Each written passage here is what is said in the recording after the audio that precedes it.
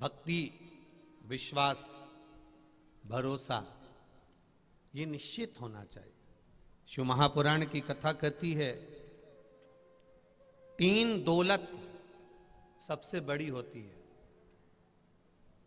दुनिया की सबसे बड़ी दौलत में 3 दौलत है।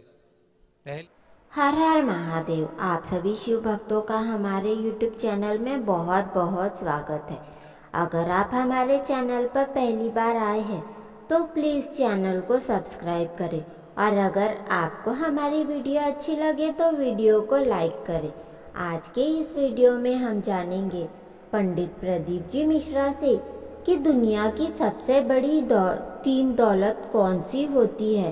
तो आइए जानते हैं कि वह 3 दौलत कौन सी होती है। पहली है तुम्हारे घर में धन बढ़े उससे मतलब नहीं होना चाहिए, तुम्हारा दिल बड़ा होना चाहिए। यह दुनिया की सबसे पहली दौलत है। घर में धन बढ़ा कि ना बढ़ा, घर में वैभव बढ़ा कि नहीं बढ़ा, घर में सत्ता बढ़ी कि नहीं बढ़ी, घर में दौलत बढ़ी कि नहीं बढ़ी, उससे मतलब होना ना चाहिए, पर तुम्हारा दिल बड़ा होना चाहिए। कोई आया आतिथ्य भाव दिया, कोई आया एक लोटा पानी पिला दिया, कोई आया एक अन्न से कुछ भी नहीं लेकर आए खाने का तो गुड़ की डली ला कर दे दी, कुछ नहीं है खाने का, एक कटोरी में थोड़ा सा गुड़ लाया और उसको दे दिया। अर्थात उसको लगे कि इनका दिल कितना बड़ा है साहब, हमें पहचानता नहीं, जानता नहीं, एक दूसरे को जानने का कोई काम नहीं, उसके बाद भी मेरा मुंह झूठा करा दिया। ये दिल बड़ा होना चाहिए। 3 दौलत में सबसे प्रथम नंबर पर है तुम्हारा वैभव बढ़े कि ना बढ़े, तुम्हारा धन बढ़े कि ना बढ़े, तुम्हारी सत्ता बढ़े कि नहीं बढ़े, तुम्हारा दौलत बढ़े कि ना बढ़े, पर तुम्हारा दिल बड़ा होना चाहिए, निश्चितता होना चाहिए। दूसरे नंबर पर दूसरी दौलत है दुनिया की सबसे बड़ी, तुम्हारा दिमाग ठंडा होना चाहिए। ये दुनिया की 3 दौलत में से दूसरे नंबर की दौलत है कि तुम्हारा मस्तिष्क, तुम्हारा दिमाग, तुम्हारा हृदय, तुम्हारा चित्त, तुम्हारी वृत्ति ठंडी रहे। थोड़ी सी देर में क्रोध आ जाना, फिर उसमें गुस्सा आया, गर्म हुए कि उसका कोई आनंद ही नहीं पाया। यहां इतने सारे किसान बहन भाई बैठे हैं, इन सबको मालूम होगा देपालपुर की धरा पर कथा चल रही है, आस्था चैनल पर लोग कथा सुन रहे हैं, पूरा विश्व इस कथा को सुन रहा है। माता प्रसूति शिव महापुराण की कथा चल रही है। एक एक घर घर में टीवियों पर लोग कथा सुन रहे हैं, फेसबुक यूट्यूब मोबाइल पर कथा सुन रहे हैं। यहाँ जितने लोग किसान बहन भाई कथा सुन रहे हैं, जितने लोग कथा श्रवण करने बैठे हैं, उनके ज्ञात में, उनके ध्यान में एक बात जरूर होगी कि बीज सोयाबीन हो, गेहूं हो, ज्वार हो, मक्का हो, तरबूजा, खरबूजा, करेला, जो बीज आप पृथ्वी में बो रहे हो, उस बीज को अगर कढ़ैया में डालकर आगी में अगर सेक लिया जाए, आगी में उसको तपा लिया जाए और तपाने के बाद आगी में सेकने के बाद उस बीज को बोया जाए तो उसमें अंकुर होएगा, उसमें पौधा लगेगा। बोलते जाओ जरा, जम के बोलो रे देपालपुर वालों, आवाज नहीं आ रही, जम के बोलो। नहीं लगेगा।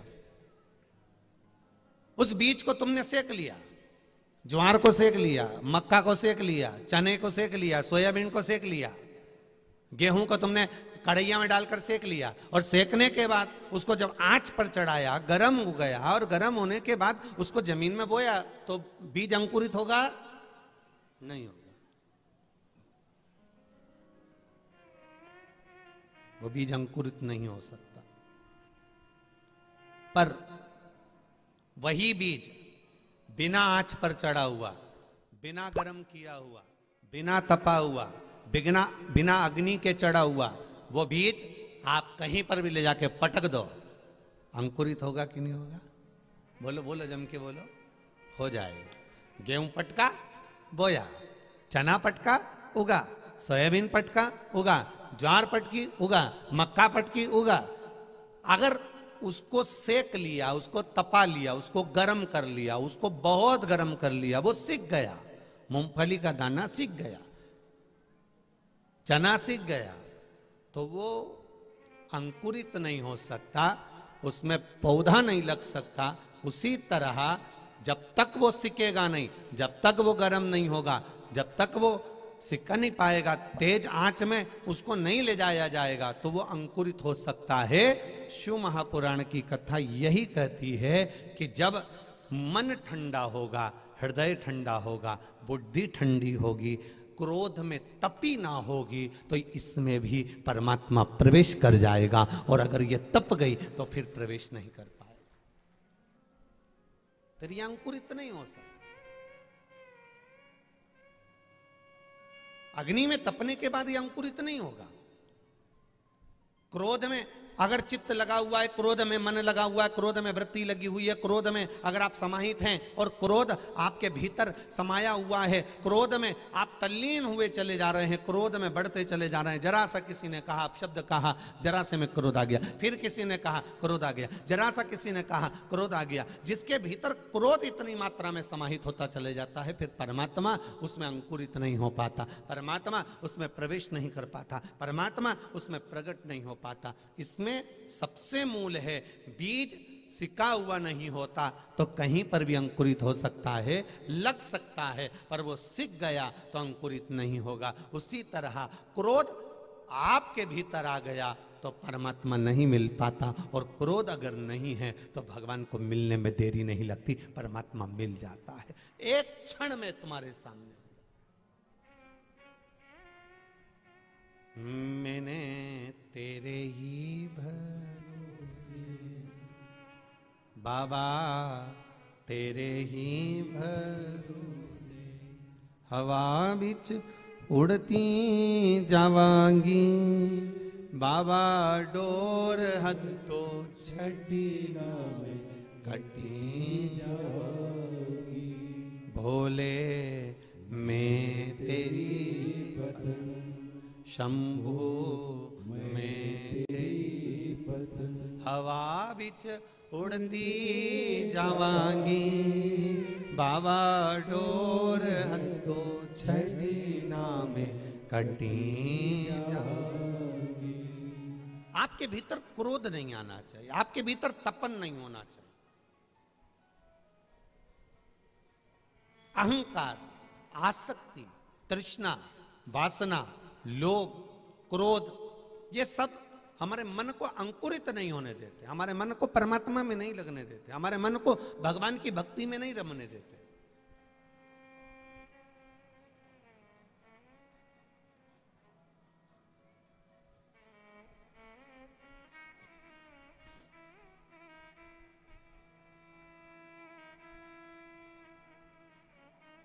जब हमारे भीतर भगवान की अविरल भक्ति बढ़ती चली जाती है तो हृदय अपने आप शीतल होता चले जाता, हृदय अपने आप शीतलता का अनुभव करने लगता।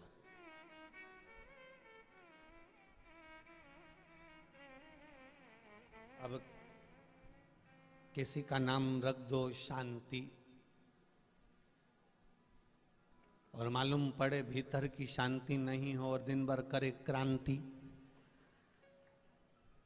तो फिर वो शांति नाम रखने से मतलब क्या हो गया? भीतर की निर्मलता लेकर आइए, भीतर की शुद्धता लेकर आइए,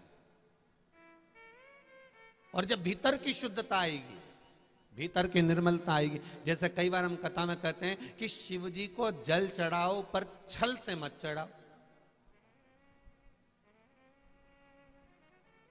छल से मतलब, मैं तो रोज भगवान के मंदिर में पोछा लगाती हूं, मेरे बराबर कोई भजन नहीं कर सकता, मैं तो इतनी जोरदार ढोलक बजाती, इतनी जोरदार ढोलक बजाती कि हमारे बराबर कहीं की ढोलक नहीं बजा सकती।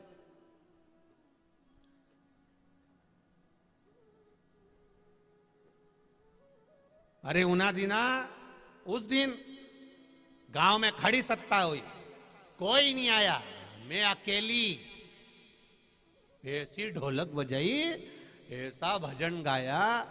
अब भगवान भी मन में सोच रिया, जैसी तू खड़ी सत्ता में ढोलक बजाई वैसे ही अहंकार तेरे भीतर खड़ा हो गया, फिर काहे कि तूने खड़ी सत्ता में ढोलक बजाई। अरे हरतालिका तीज के दिन, बड़ी तीज के दिन गणगौर में कोई नहीं आया, मैंने सारी तैयारी कर दी, मैंने सब जमा दिया, बाकी के भाई बेरा उन तो बाद में आई।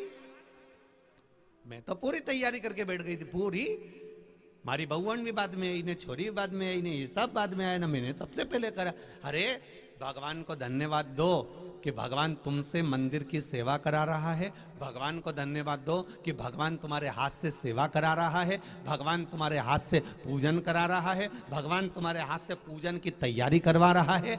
भाई बेरा बाद में आ जाए, माताएं बाद में आ जाए, बेटियां बाद में आए, बहुएं बाद में आए, पर भगवान ने तुम्हें इस लायक बनाकर रखा है कि तू इन हाथों से सेवा कर कर पूरा आनंद सुख प्राप्त कर ले। ये भगवान की कृपा।